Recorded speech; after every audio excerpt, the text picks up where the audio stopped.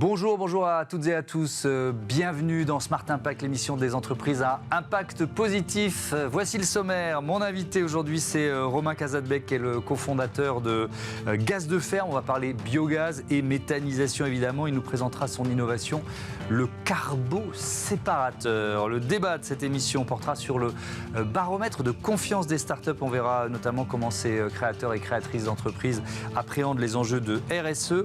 Et puis dans Smart Ideas, la bonne idée du jour, elle est signée Ellison Ways. C'est un réseau électrique des bâtiments qui divise par 5 les besoins en cuivre. Voilà pour les titres. On a 30 minutes, un tout petit peu moins, 28 minutes pour les développer. C'est parti.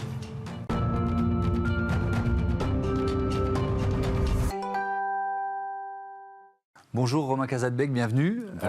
Vous êtes donc le cofondateur de Gaz de Ferme, créé en 2016. Oui. Pourquoi vous l'avez créé? C'était quoi l'idée de départ?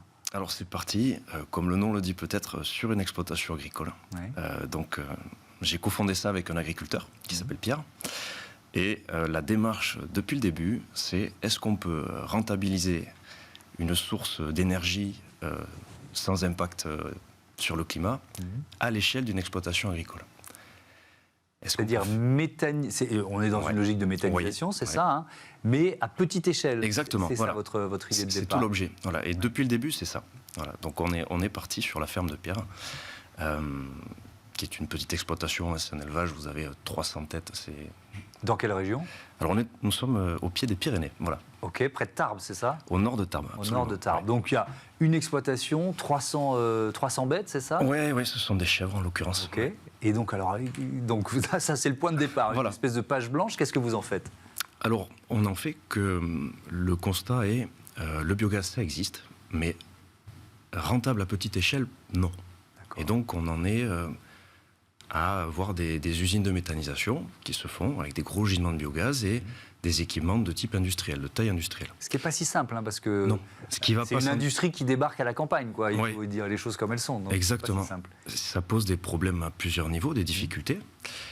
Et le constat qu'on a fait, c'est que les exploitations agricoles en France, il y en a encore plus de 400 000. C'est un pays un peu singulier parmi les pays riches, qui a beaucoup d'exploitations agricoles et qui sont restées relativement petites, c'est-à-dire de taille familiale. Ça, c'est un choix historique. Si vous ne modifiez pas la taille des équipements pour faire du biogaz, si vous ne modifiez pas le seuil de rentabilité en termes de quantité et de volume, vous restez avec la majorité des exploitations agricoles qui sont jugées trop petites, pas candidates. Et en fait, on a deux voies. Où on cherche à industrialiser le biogaz pour faire des gros gisements, c'est ce qui se fait jusqu'aujourd'hui. Et donc, ça voudrait dire donc, d'avoir des exploitations forcément de plus en plus grandes. Alors ça passe souvent par des regroupements. Oui. On fait des projets collectifs. Alors il y a du transport de matière. Tout ça va pas sans difficulté. Hein. Oui, c'est pas idéal. Oui. Non.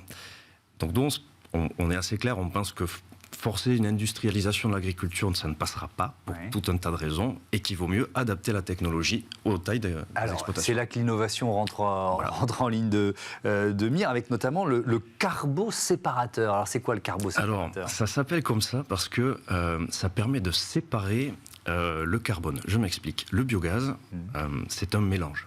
C'est un mélange fait par des micro-organismes qui comprend 60% de méthane à peu près et 40% de dioxyde de carbone. Et la technologie que nous avons développée permet de séparer le méthane d'un côté, le dioxyde de carbone de l'autre. Ça, c'est important parce que ces deux composés ont un effet antagoniste. Le méthane, ça s'enflamme, c'est une source d'énergie, c'est l'autre nom du gaz russe, si vous voulez. Et le dioxyde de carbone, au contraire, on s'en sert pour charger des extincteurs. Donc là, on travaille, quand on ne les sépare pas, on a un mélange qui est avec deux composés antagonistes, ce qui bride la rentabilité de la chose. Donc vous réussissez à les séparer et à donner finalement aux deux de la valeur, parce que c'est l'intérêt. Ça l'objectif. C'est ça. Mais ça veut dire quoi comme installation? Puisque vous nous dites c'est une micro-méthanisation en quelque sorte. Oui, en fait, c'est que cette séparation permet d'avoir deux produits à valoriser et zéro gaspillage. C'est-à-dire vous rentrez 1 mètre cube de gaz dans notre appareil, 1 mètre cube sort. Il sort en 2 phases, mais tout est valorisé. Aucune émission directe à l'atmosphère, ce qui est important.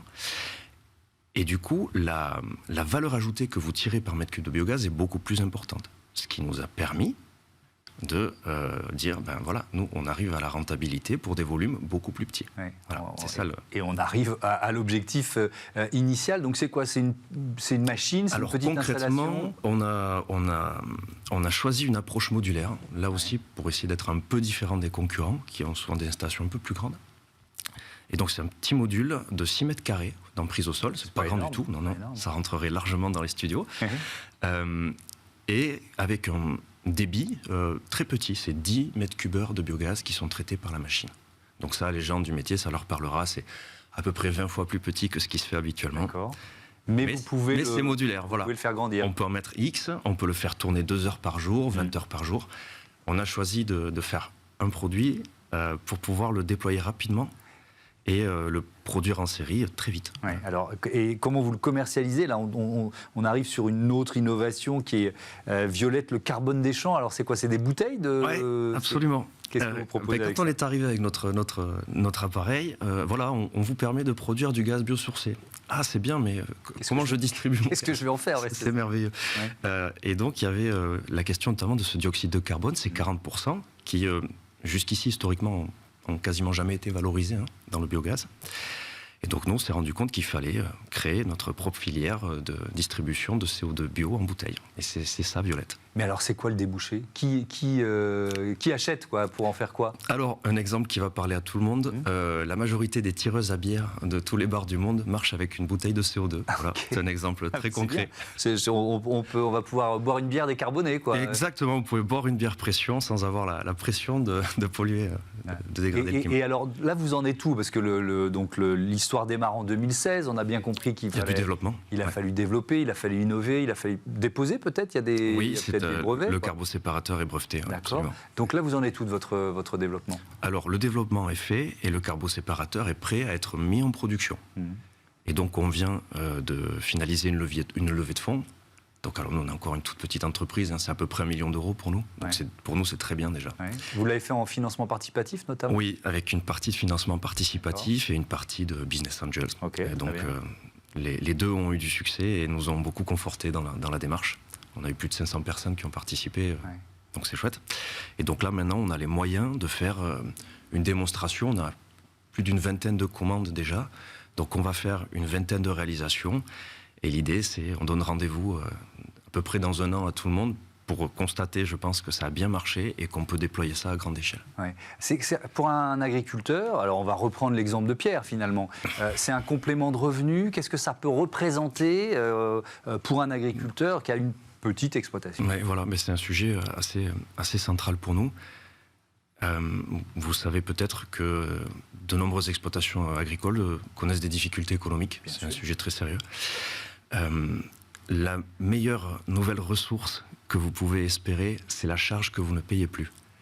Et donc, c'est tout simplement un moyen pour eux d'avoir du biométhane autoproduit sur leur exploitation à petite échelle, qui va leur permettre de ne plus acheter de carburant, ils ne vont plus acheter de gasoil, c'est quand même assez majeur, et ils ne vont plus acheter de propane. Il faut savoir qu'il y a beaucoup d'exploitations agricoles qui consomment du gaz pour chauffer des bâtiments, pour de la transformation, etc. Et donc nous, tout ce qu'on a expérimenté chez Pierre, on souhaite que ça profite un maximum de gens. On est dans le circuit ultra court. On est dans du circuit très court. Le méthane, il est utilisé par l'exploitation elle-même. Oui, alors autoconsommé en priorité. Ça, c'est la cohérence de l'entreprise. Et au profit de l'exploitation. Donc carburant, combustible sont les 2 voies que nous privilégions.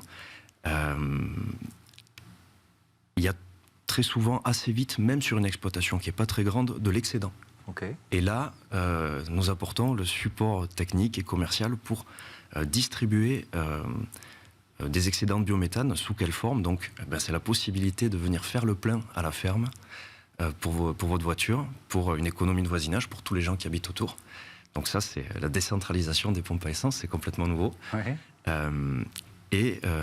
Dans le même esprit... Donc c'est quoi? C'est des voitures qui roulent au GPL? Alors non, ce sont les véhicules qu'on appelle GNV. Oui, GNV, d'accord. Voilà, et c'est pas nouveau du tout, ça existe depuis des dizaines d'années. La technologie est tout à fait existante, parce que vous avez des pays qui, historiquement, rouler avec du gaz naturel. Alors attendez, les agriculteurs, par exemple, vous interrompent, ils vont installer une station-service dans leur... Écoutez, là on est en train d'en faire une. On a sur un élevage à peu près de 300 brebis. Donc, vous voyez, c'est très concret, au pied des Pyrénées, donc ça parlera à certains. On va faire la bergerie est en bord départemental et ils ont souhaité qu'on valorise la totalité du méthane sous forme de carburant et on va faire rouler entre 30 et 40 véhicules qui prennent une carte d'abonnement pour venir faire le plein là. C'est vraiment une idée géniale, on comprend les business angels et les investisseurs qui vous suivent. Dernière question, est-ce que vous avez évalué, peut-être c'est trop tôt pour répondre, mais le retour sur investissement pour un agriculteur? Oui, alors à aujourd'hui, avec les coûts de production sur les premiers projets, on estime le retour sur investissement entre 10 et 15 ans. Okay.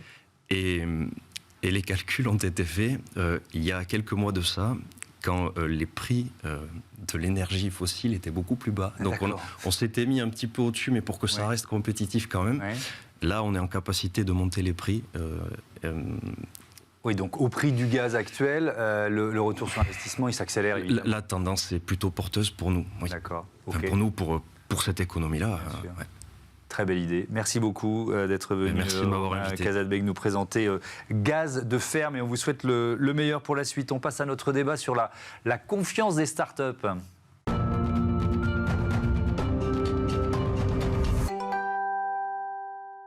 Le débat de Smart Impact, je vous présente mes invités tout de suite. Lydia Bouzrard, bonjour, bienvenue. Bonjour. Vous êtes co-responsable des activités Capital Market chez Mazars. À vos côtés, Mathieu Penet, bonjour. Bonjour. Le président de Yago. Vous faites partie des entreprises sondées pour ce baromètre de la confiance des startups dont on va parler. Mais une petite question de présentation, j'aime bien faire ça de temps en temps. Mazars, Lydia Bouzrard, c'est un groupe d'audit et de conseil, c'est ça? Absolument. Mazars est un groupe français et international. Oui. D'audit, de conseil et d'expertise comptable. On est implanté dans plus de 90 pays, on a plus de 44 000 collaborateurs à travers le monde et on est plus de 3 700 en France. Voilà, on a une très grande entreprise et on a une start-up à côté. Yago, c'est quoi votre business? Et peut-être aussi, c'est intéressant de le dire, le modèle économique que vous avez choisi. Ouais. Yago, notre métier, on cherche à, disons, réparer le recrutement. On est là pour aider les recruteurs à répondre personnellement à chacun des candidats qui a postulé chez eux. Parce qu'en fait, jusqu'alors, la plupart du temps, les recruteurs n'avaient pas le temps de répondre aux candidats et ça crée une énorme frustration. Ouais. Et on est là pour venir, comme un service client, mais à destination des candidats, on vient assurer une réponse qui soit personnalisée, on dit même jusqu'à bienveillante, parce qu'on va donner des conseils aux candidats pour améliorer leur CV à chaque fois. L'année dernière, on aurait quand même répondu à 1 million de personnes. Et du coup, on vient pour justement réparer cette relation entre candidat et recruteur. Et le modèle économique, on est dans l'économie sociale et solidaire, agréé ESUS, il faut nous rappeler ce que c'est. Oui, donc on est labellisé ESUS, donc c'est une entreprise solidaire d'utilité sociale. Et en fait, cette logique de vouloir réconcilier candidats et recruteurs, c'est ce qui nous a permis d'obtenir cette certification et ce label, qui justement cherche à améliorer un peu l'emploi en France, et à baisser, disons, cette barrière de l'emploi et cette difficulté qu'il peut y avoir en étant mieux compris. Alors, on va parler de ce baromètre de confiance des startups que vous avez lancé avec Estimeo. Peut-être un mot de la méthode et puis de l'objectif. Pourquoi vous l'avez lancé, ce baromètre ? Alors, nous avons lancé ce baromètre parce que, à l'heure actuelle, on est quand même dans une certaine instabilité, que ce soit économique, politique, géopolitique. Il était important pour nous de prendre le pouls de la confiance des dirigeants de start-up. Et c'est naturellement que nous l'avions fait avec Estimeo, puisqu'on avait déjà fait un baromètre destiné aux start-up en 2018. En matière de récupération des données, nous avons interrogé plus de 200 start-up. L'idée, c'était d'avoir l'écosystème start-up le plus diversifié possible. Donc, plus de 200 startups, 16 secteurs, food tech, deep tech, HR tech, partout en France, même si évidemment on a une concentration en Île-de-France, et transformer les réponses de ces startups en notes allant de 0 à 100, 100 étant l'indice de confiance le plus élevé. Et donc l'indice de confiance moyen, on va dire, des dirigeants de start-up, on arrive à 75, 75,21 sur 100. Alors, moi, je ne sais pas l'évaluer. C'est un résultat encourageant, décevant. Vous l'analysez comment ? Alors, c'est un résultat extrêmement encourageant, extrêmement positif, puisque, comme je l'ai dit, le maximum de l'indice de... Enfin, c'est 100, quand on est très optimiste, on est à 100. Il s'agit du premier baromètre. Donc, c'est un rendez-vous qui sera trimestriel. Il sera intéressant de l'analyser à l'aune du prochain baromètre. Bien sûr. Surtout qu'on va quand même sur une situation plutôt qui se dégrade et peu prédictible. Néanmoins, ce chiffre est très important parce que ça montre que les dirigeants de start-up sont optimistes et très confiants quant à leur avenir. Et finalement, qu'est-ce que ça montre ? Ça montre que pour être dirigeant de start-up, il faut une dose d'optimisme. C'est ça, ils sont peut-être un peu plus optimistes que la moyenne.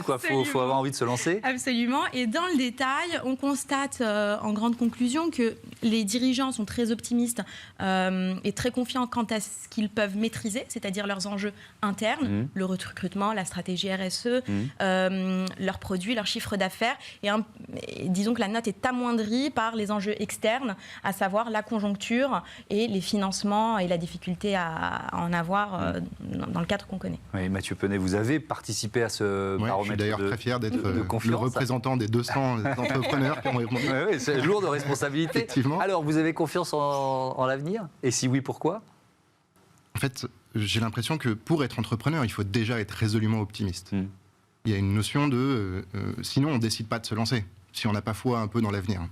Et cette logique, pour moi, il y a premièrement le profil des entrepreneurs, et deuxièmement, il y a un enjeu, c'est que, en fait, on a traversé déjà une crise.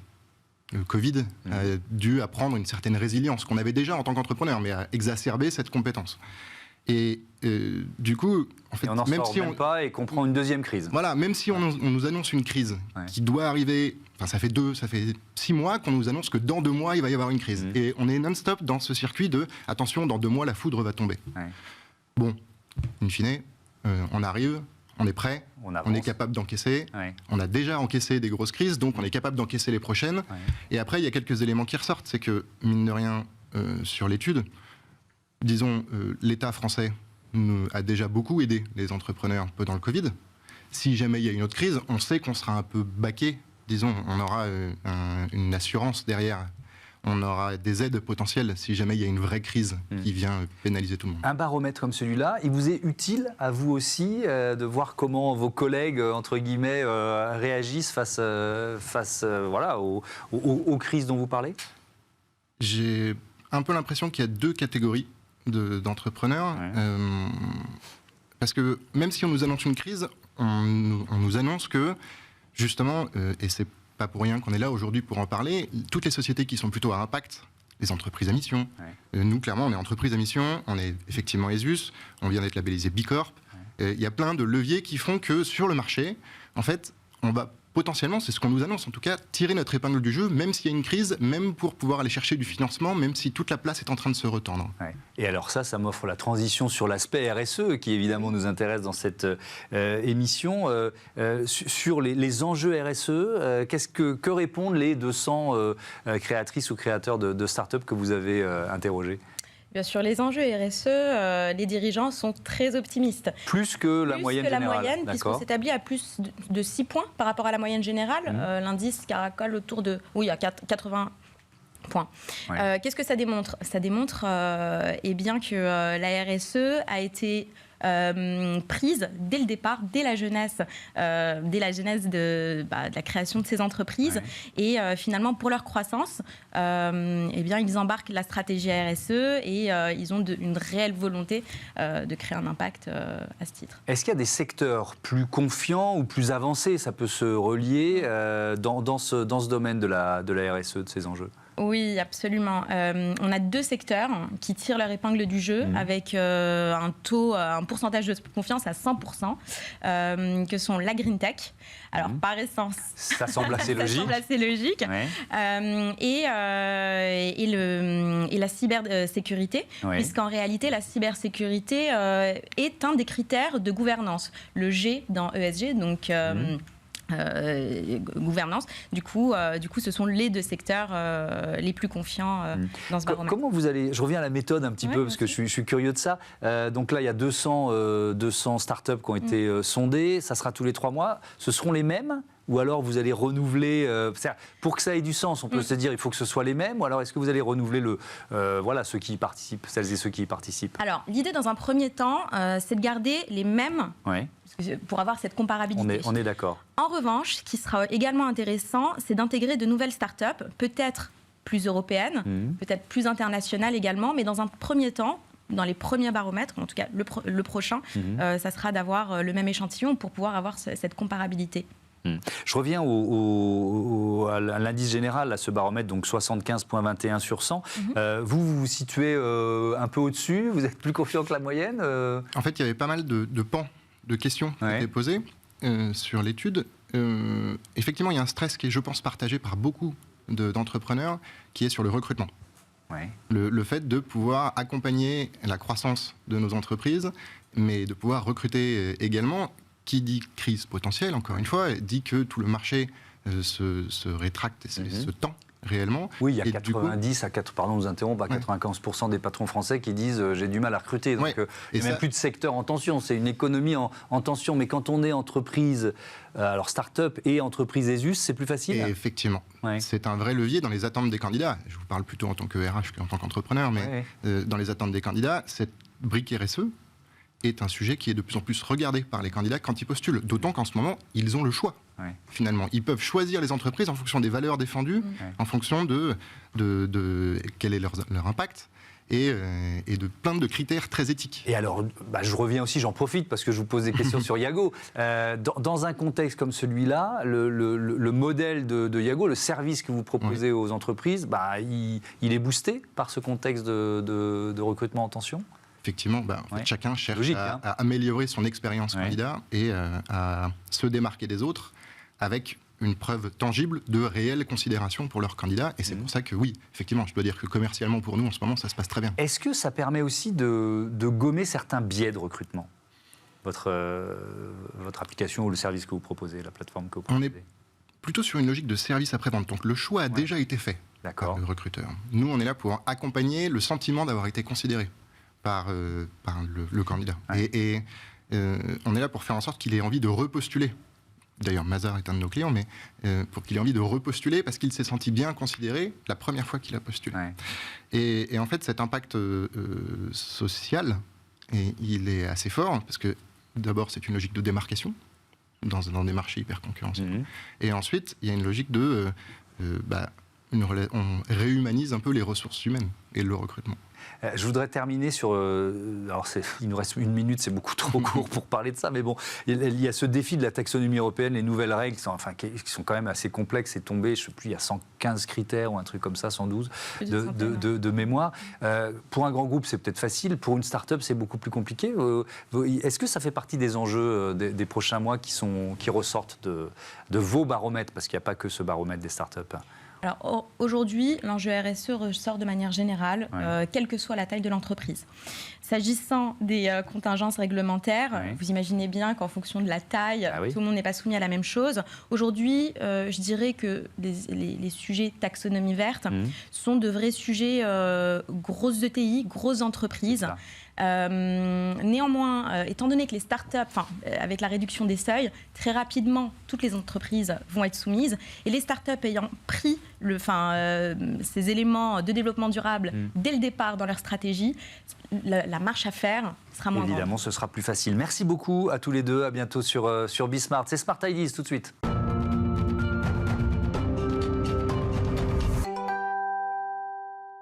Smart Ideas avec Jean-Jacques Carillo, bonjour. Bonjour. Bienvenue, vous êtes le président d'Edison Ways. La question traditionnelle de cette rubrique, vous l'avez créée quand et avec quelle idée?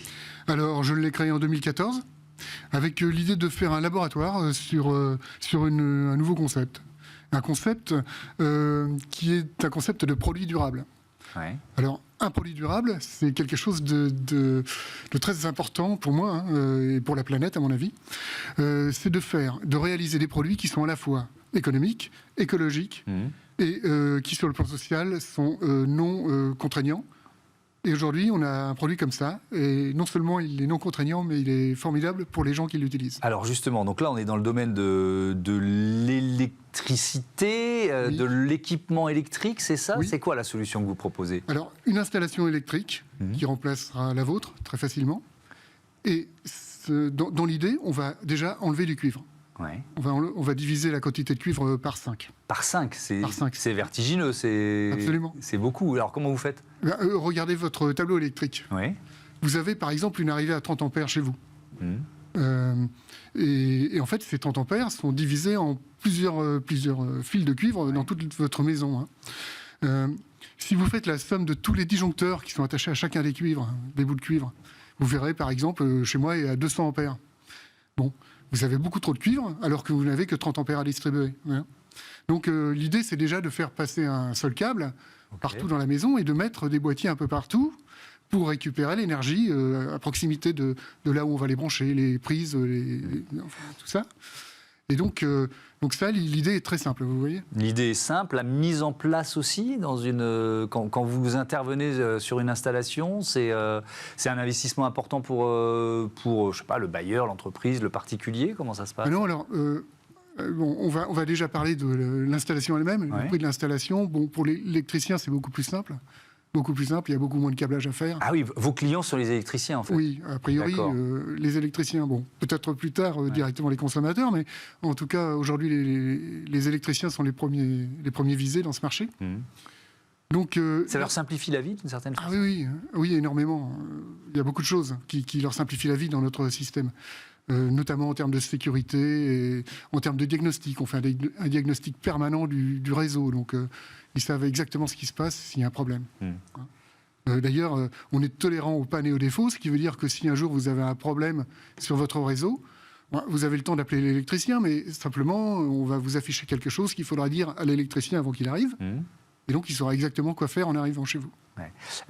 Donc, diviser par 5 les besoins en cuivre des bâtiments, c'est d'autant plus important que c'est un métal qui va être de plus en plus demandé. On parle d'électrification de nos mobilités, d'électrification de nos villes. Donc, c'est aussi cet enjeu-là auquel vous répondez? Oui, tout à fait.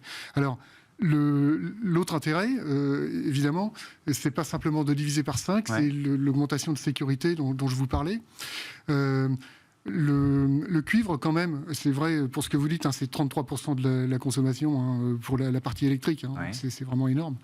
Il y a aussi tout l'aspect écologique qui tourne autour de ce type de réseau.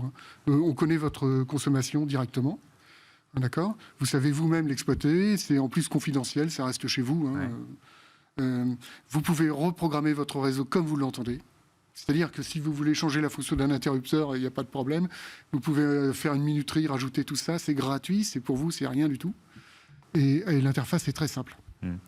Vous en êtes tout de votre développement? Il y a une perspective de levée de fonds. C'est quoi l'idée? Alors aujourd'hui, on fait une levée de fonds. Comme d'habitude, on a des gens qui sont très fans de la solution, qui sont nos amis là, et qui sont devenus nos actionnaires aussi. Donc on marche toujours avec eux. Là, en ce moment, on passe à la phase, on va dire, produit. D'accord ? Un produit, c'est déjà plus compliqué. Il faut passer les certifications et tout ça. Ça coûte assez cher. Et comme on est dans cette phase-là, justement, on fait une nouvelle levée de fonds avec eux, bien sûr. Et puis, on l'ouvre à l'extérieur aussi. Et ben voilà, le message est passé. Merci beaucoup Jean-Jacques Carillo et bon vent à Edison Waze. Voilà, c'est la fin de ce numéro de Smart Impact. Je voudrais remercier Louise Perrin à la production, à la programmation assistée d'Evelyne Keng, Xavier Sanchez à la réalisation et Alexis Oustabasilis au son. Belle fin de journée à toutes et à tous. Merci de votre fidélité. À Bismart.